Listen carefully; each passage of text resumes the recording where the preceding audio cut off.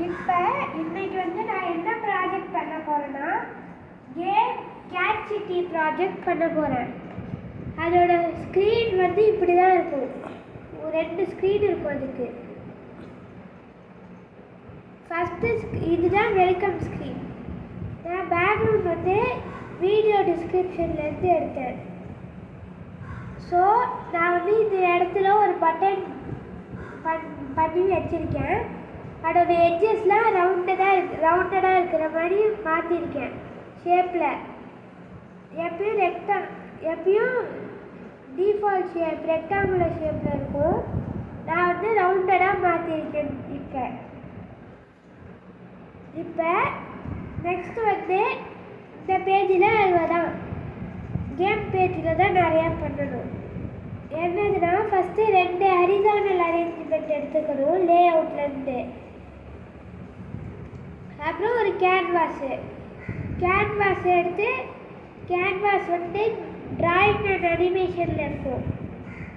Canvas image Sprite எடுத்துக்கிட்டேன். Next 2 horizontal arrangement, அதுக்குள்ளே ஒரு டெக்ஸ்ட் பாக்ஸ் 2 லேபிள் வச்சுருக்கேன். 2 லேபிளும் எதுலேருந்து எடுத்தேன்னா யூசர் இன்டர்ஃபேஸில் 6 இருக்குதுல்ல, அதுதான் அந்த லேபிள் நான் எடுத்து வச்சுக்கிட்டேன். ஸோ இப்போ 2 லேபிளு இதை நான் ஸ்கோர்ன்னு ரீநேம் பண்ணி செகண்ட் பாயிண்ட்டுன்னு ரீநேம் பண்ணிட்டேன். 3 பட்டன் யூஸ் பண்ணி நான் நியூ கேமு ஹார்டு ஈஸின்னு நான் ரீநேம் பண்ணிட்டு இங்கேயும் ரீநேம் பண்ணிட்டேன். நெக்ஸ்ட்டு அந்த இமேஜ் ஸ்ப்ரைட்டுக்கு நான் இமேஜ் ஸ்ப்ரைட்டில்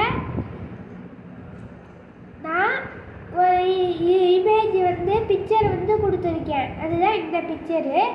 ப்ளஸ் கேன்வாஸ்லேயும் நான் ஒரு பேக்ரவுண்ட் இமேஜ் கொடுத்துருக்கேன். ஸோ இந்த இது முடிஞ்சிச்சு. நெக்ஸ்ட்டு நான் பிளாக் ஸ்க்ரீனில் என்ன கோடிங் கொடுத்துருக்கேன்னா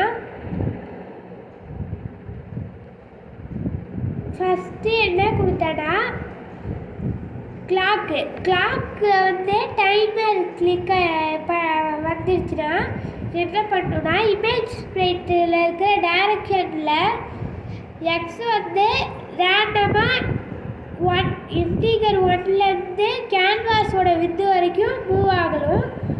அப்புறம் இது ஒய் ஆக்சிஸில் ஹைட் இன்டிகர் 1 to கேன்வாஸ் சைஸ்லேருந்து ஹைட் மூவ் ஆகணும். நெக்ஸ்ட்டு அதை டபுள் கிளிக் பண்ணி ஸ்க்ரால் பண்ணிட்டேன். நெக்ஸ்ட்டு இமேஜ் ஸ்ப்ரைட்டில் பிளேயர் அது பிளேயர் யூஸ் ஆகுது. எதுக்குன்னா அந்த பிளேயர் கிளிக் பண்ணிட்டா அது டக்குன்னு வைப்ரேட் ஆகும் 300 milliseconds. நெக்ஸ்ட்டு அதோட பாயிண்ட்ஸை டெக்ஸ்ட்டாக கன்வெர்ட் பண்ணி டெக்ஸ்ட்டு ப்ளஸ் இப்போ 2 தான் பாயிண்ட்னா நான் 3ஆவது தடவை சிட்டியை டச் பண்ணிட்டேன்னா +1ல் ஸ்கோர் ஆட் ஆகணும். அதுதான் நெக்ஸ்ட்டு நியூ கேம். நான் நியூ கேம் கிளிக் பண்ணிட்டேன்னா பாயிண்ட்ஸ் 0வாக மாறிடணும். நெக்ஸ்ட்டு ஈஸினா என்ன பண்ணணும்னா இப்போ சிட்டி இந்த இடத்துல என் கர்சர் தான் சிட்டினா சிட்டி மூவ் ஆகுறதுக்கு ஒரு 800 milliseconds அதே இடத்துல தான் நிற்கும்.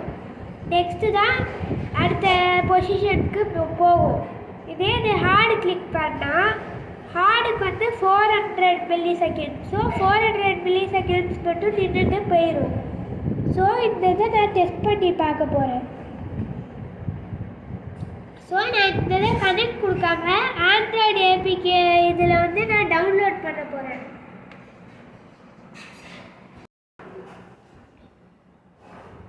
இது இப்போ லோட் ஆகி இந்த மாதிரி QR கோட் ஸ்கேன் பண்ணுறதுக்கு வந்துருச்சு. நான் என் கேமரா ஓப்பன் பண்ணி நான் இதை ஸ்கேன் பண்ணிட்டேன். இப்போ கீழே இந்த மாதிரி வருதா, நான் இதை கிளிக் பண்ணிட்டேன். நான் இந்த இதை கொடுத்துருக்கேன். இதை கிளிக் பண்ண உடனே அது வந்து இன்ஸ்டால் பண்ணணும்னு கேட்கும். நான் ஆல்ரெடி இன்ஸ்டால் பண்ணனால எனக்கு அது கேட்கல. ஸோ நான் வந்து இன்ஸ்டால் பண்ணி வச்சுருக்கேன். இப்போ நான் ப்ளே கேம் கொடுத்துட்டேன். சிட்டி இதுதான் சிட்டி மூவ் ஆகுது. நான் இப்போ டச் பண்ண ஸ்கோர் ஏறுது.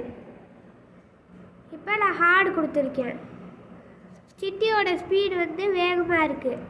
அப்புறம் 0க்கு வந்து இங்கே ரீசெட் ஆயிடுச்சு. ஸோ நான் சிட்டியை 2, 3, 5 டைம்ஸ் தொட்டுட்டேன். ஸ்கோரும் 5 ஆயிடுச்சு.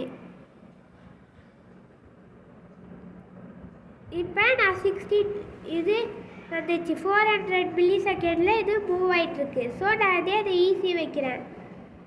இப்போ ரொம்ப ஸ்லோவாக மூவ் ஆகுற மாதிரி இருக்கும். இப்போ நான் நியூ கேம் கொடுத்தா 0 ஆயிரும். ஈஸிலையும் இருக்காது, ஹார்ட்லேயும் இருக்காது, நார்மலில் இருக்கும். ஸோ நான் இப்போ வீடியோ ஹார்டு கொடுத்தேன்னா வேகமாக போகுது. இதான் இந்த கேட் சிட்டி ப்ராஜெக்ட். தேங்க்யூ.